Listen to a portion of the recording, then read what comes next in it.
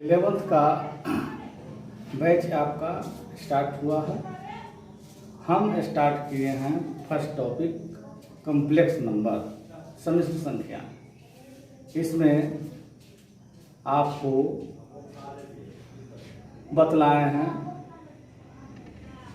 आपका complex number का construction कैसे हुआ, कॉम्प्लेक्स नंबर का डिफिनेशन बतलाए हम, फिर को बतलाए आप लोगों को real part and complex number का real part and imaginary part, और फिर आपको थ्योरी तो कुछ आप विशेष बतला दिए हैं, लेकिन आपको उसके बाद हम आप लोगों को बतला दिए हैं थ्योरी में आपको आइडेंटिटी एलिमेंट ऑफ एडिशन, उससे रिलेटेड एडिटेटिव इन्वर्स आपको फाइंड किए हैं। उसके बाद मल्टीप्लिकेटिव आपको एग्जिस्टेंस एलिमेंट ऑफ मल्टीप्लिकेशन ये बतला है, उससे रिलेटेड प्रॉब्लम बतलाए हैं आप लोगों को मल्टीप्लिकेटिव इन्वर्स फाइंड करना, गुणात्मक प्रतिलोम। फिर आपको कॉम्प्लेक्स नंबर का आपके फॉर्म आपको लिखना है, वो सब बतलाए हैं। फिर आपको इस थ्योरी में बतला दिए हैं आप लोगों को आपका इकाई का आपको घनमूल बतला दिए हैं, क्यूब रूट्स उसमें बतलाए हैं। 1 का क्यूब रूट्स आपका क्या होता है, एक आपका रियल नंबर 1 हुआ और एक आपको -1 -√3i/2। फिर बतलाए हैं -1 -√3i/2। ये दो कॉम्प्लेक्स नंबर मतलब इकाई का आपको क्यूब रूट्स, इकाई का क्यूब रूट्स में आपका इकाई का क्यूब रूट्स आपका 3 फाइंड होता है, 3 फाइंड होता है, जिसमें एक 1 है, एक आपका -1 +√3i/2, एक आपका -1 -√3i/2। 1 को छोड़कर जो बोले दो, वह दोनों कॉम्प्लेक्स नंबर एक दूसरे का स्क्वायर होता है। यदि एक कॉम्प्लेक्स नंबर को ये दोनों कॉम्प्लेक्स नंबर एक दूसरे का वर्ग होता है, स्क्वायर होता है। यदि -1 +√3i/2 को ओमेगा के द्वारा निरूपित करते हैं या डिनोट करते हैं,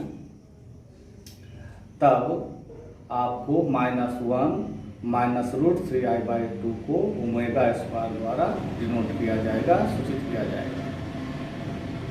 तो हम आपको बतलाए हैं इसी पर आपको 1 + ओमेगा स्क्वायर का वैल्यू आपका 0 होता है। फिर आपको इसी से बतला दिए हैं ब्रांच फार्मूला आपको 1 + आपको omega + omega square = -1, 1 + omega = -omega square, 1 + omega square = -omega, ऐसा बतलाएं। फिर आपको ओमेगा क्यू का वैल्यू 1 बतलाएं। आज हम बतला रहे हैं आपको इक्वलिटी ऑफ 2 कॉम्प्लेक्स नंबर, सभी संख्याओं की समता। इक्वलिटी 2 आपका कॉम्प्लेक्स नंबर इक्वल कब होगा, 2 कॉम्प्लेक्स नंबर इक्वल कब होगा, late Z1 = x1 + i/y1 and Z2 = x2 + i/y2 are 2 complex numbers,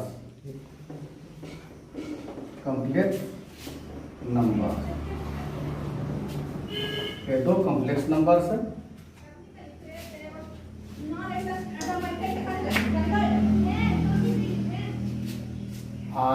ये दोनों आपका सम्मिश्र संख्या है। if real part of Z1 real part of Z1 = real part of Z2, if real part of Z1 is equal to real part of Z2 and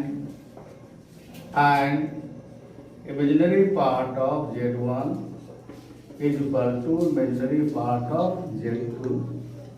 Then Z1 and Z2 and Z1 and Z2 are called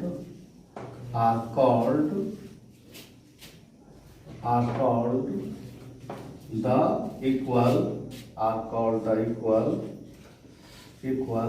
complex numbers.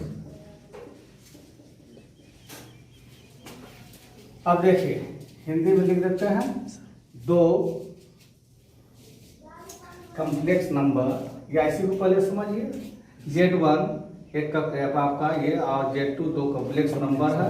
ये दोनों complex number कब equal होगा? जब आपका Z1 का real part तथा Z2 का real part आपस में इक्वल होगा, तथा आपको Z1 का इमेजिनरी पार्ट और तथा आपको Z2 का इमेजिनरी पार्ट दोनों इक्वल होगा। मतलब रियल पार्ट दोनों कॉम्प्लेक्स नंबर का रियल पार्ट इक्वल आपस में होना चाहिए तथा दोनों कॉम्प्लेक्स नंबर का इमेजिनरी पार्ट आपस में इक्वल होगा, तब आपको दो आपका complex number are called the equal complex numbers. अब देखिए हिंदी लिखते हैं। माना Z1 equal to X1 plus I1 तथा Z2 equal to X2 plus I2 दो समिश्र संख्याएं यदि Z1 का वास्तविक हिस्सा Z2 के वास्तविक हिस्सा का इक्वल होगा, Z1 का वास्तविक हिस्सा Z2 के वास्तविक हिस्सा के इक्वल तथा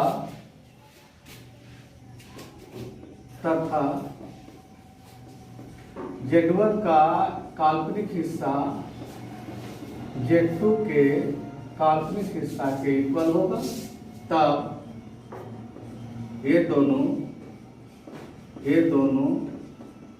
समिश्र संख्याएं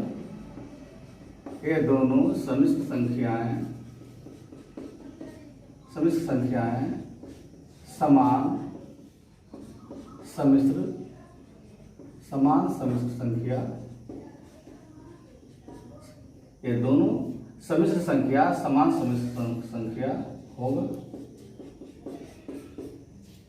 अब यहाँ लिख दिए कि यदि Z1 का वास्तविक हिस्सा Z2 के वास्तविक हिस्सा के इक्वल तथा Z1 का काल्पनिक हिस्सा Z2 के काल्पनिक हिस्सा के इक्वल होगा, तब ये दोनों समिश्र संख्या समान समिश्र संख्या होगा। पॉइंट 1 का बता रहे हैं आपका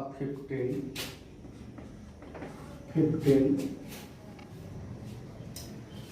का first x plus I Y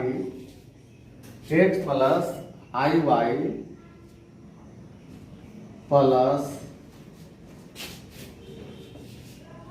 7 minus 5y x plus I Y plus 7 अब minus 5y equal to 9 plus 4y। यहाँ देख रहे हैं ये दो कॉम्प्लेक्स नंबर का एडिशन है। ये दोनों का एडिशन किसके इक्वल है? इस गिवन कॉम्प्लेक्स नंबर के। तो तब हमें फाइंड करना है, आपको find x and y, x और y फाइंड करना है, निकालना है। तब पहले हम एडिंग कर देते हैं ये दो कॉम्प्लेक्स नंबर को, वो आपको एक कॉम्प्लेक्स नंबर में हम चेंज करते हैं। ये दोनों के एडिंग करेंगे तो रियल पार्ट को रियल पार्ट के साथ एडिंग करेंगे, रियल पार्ट को रियल पार्ट के साथ तथा इमेजिनरी पार्ट को इमेजिनरी पार्ट के साथ आपका एडिंग करेंगे। x plus 7 plus i common ले y minus 5 is equal to 9 plus 4i। अब आपको ये आपका एक आपका वन कम्प्लेक्स नंबर आपका है, एक ये वन कम्प्लेक्स नंबर एक है। ये दोनों कम्प्लेक्स नंबर के बीच रिलेशन क्या है? आपका इक्वल का रिलेशन है। मतलब ये दोनों कम्प्लेक्स नंबर आपस में इक्वल है। तो इक्वल कब होगा? जब आपका दोनों का रियल पार्ट, आपका real part is equal to real part and imaginary part is equal to imaginary part. दो आपका कम्प्लेक्स नंबर इक्वल कब होगा? जब आपको रियल पार्ट के इक्वल, इमेजिनरी पार्ट के इक्वल। इस x का value 9 - 7 equal to 2 and y equal to 4 + 5, y equal to 9। इस प्रकार से x equal to 2 and y equal to 9।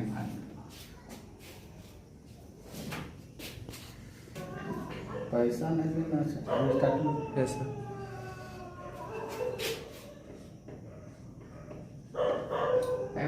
Pencil वाला नहीं आ रहा है। यहाँ देख रहे हैं दो कम्प्लेक्स नंबर, लेफ्ट साइड में दो कम्प्लेक्स नंबर का प्रोडक्ट है।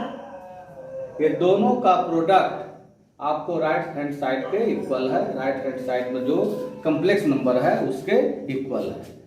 ये दो कम्प्लेक्स नंबर का गुणनफल नहीं हुआ। हाँ? इसको हमें चेंज करना है वन कम्प्लेक्स नंबर में, एक कम्प्लेक्स नंबर में। तब आपको सिंपली एकदम सोचिए, सिंपल मल्टीप्लिकेशन जिस प्रकार से करते हैं उस प्रकार करें। 2 × x 2x, 2 × iy 2iy, फिर -3i × x -3i × x, minus into plus, minus यहाँ हो गया माइनस इंटू प्लस माइनस, यहाँ आपका 3i² i × y equal to 4 + i। क्या किए? देखिए 2 आपको 2 इंटू सिंपल सिंपल मल्टीप्लिकेशन करते हैं उसी प्रकार करना है। 2 को पहले x के साथ मल्टीप्लाई किए 2x, फिर 2 को y के साथ 2iy, फिर -3i को x के साथ मल्टीप्लाई किए -3ix, फिर आपको -3i को +iy के साथ मल्टीप्लाई किए, माइनस इंटू प्लस माइनस आपको 3i × i² into y equal to 4i। मेरा टारगेट है इसे वन कम्प्लेक्स नंबर में चेंज करना। अब देखिए i² का वैल्यू, i² का वैल्यू आपका -1 minus into minus plus 3y plus, अब आपको i और i कॉमन ले लेते हैं तो हो गया आपका 2i + 3x, 2i - 3x, i common ले लिए तो क्या बचा 2y - 3x is equal to 4 + i। आपको ये आपका लिख रहे हैं जो 2x + 3y ये रियल पार्ट हो गया, i × 2y - 3x imaginary part. अब आपको ये दो कम्प्लेक्स नंबर, एक लेफ्ट साइड है एक राइट साइड है, ये दोनों कम्प्लेक्स नंबर के बिटवीन इक्वल का रिलेशन है। मतलब दोनों कम्प्लेक्स नंबर आपस में इक्वल है। जब इक्वल है, ये दोनों कम्प्लेक्स नंबर आपस में इक्वल है। जब इक्वल है तब क्या होगा? दोनों कम्प्लेक्स नंबर का रियल पार्ट आपस में इक्वल होगा, दोनों कम्प्लेक्स नंबर का इमेजिनरी पार्ट आपस में इक्वल होगा। ये दोनों कम्प्लेक्स नंबर क्या है? वो आपस में इक्वल है। कैसे इक्वल है? दोनों के कम्प्लेक्स नंबर के बिटवीन आपको इक्वल का साइन दिया हुआ, इसका मतलब this complex number is equal to this complex number. यह कम्प्लेक्स नंबर इस कम्प्लेक्स नंबर के इक्वल है। जब इक्वल कम्प्लेक्स नंबर है तो इक्वल कम्प्लेक्स नंबर किसे कहते हैं? जब किसी कम्प्लेक्स नंबर का रियल पार्ट दूसरे कॉम्प्लेक्स नंबर के रियल पार्ट के इक्वल तथा आपको कॉम्प्लेक्स नंबर का इमेजिनरी पार्ट दूसरे कॉम्प्लेक्स नंबर के इमेजिनरी पार्ट के इक्वल रहता है, तब उस दोनों कॉम्प्लेक्स नंबर को हम लोग इक्वल कॉम्प्लेक्स नंबर कहते हैं। ये कॉम्प्लेक्स नंबर क्या, इक्वल कॉम्प्लेक्स नंबर। क्या कैसे हम देखें, यह साइन के द्वारा। तो ये दोनों कॉम्प्लेक्स नंबर इक्वल है, इसका मतलब आपको first complex number left side का कॉम्प्लेक्स नंबर का रियल पार्ट राइट साइड के कॉम्प्लेक्स नंबर के रियल पार्ट का इक्वल होगा, एंड आपको लेफ्ट साइड के कॉम्प्लेक्स नंबर का इमेजिनरी पार्ट राइट साइड के कॉम्प्लेक्स नंबर के इमेजिनरी पार्ट, इसका इमेजिनरी पार्ट क्या, आई के साथ 1 हाइट है। अब ये क्या निकल गया, 2 वेरिएबल लीनियर इक्वेशन। इसको सोल्व करके 2x + 3y = 4 और 2y - 3x = 1 सोल्व कीजिए। इसको हम 3 से मल्टीप्लाई कर देते हैं, इसको 2 से, ये 6x,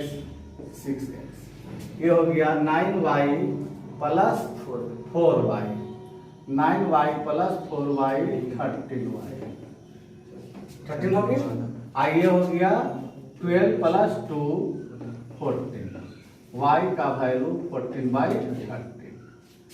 अब आपको किसी एक इक्वेशन में 4 था, आप पुट कर देते हैं, y का वैल्यू 14/13 = 4, 2x = 4 माइनस ये हो गया 42/13, 2x = 52 माइनस 42/13।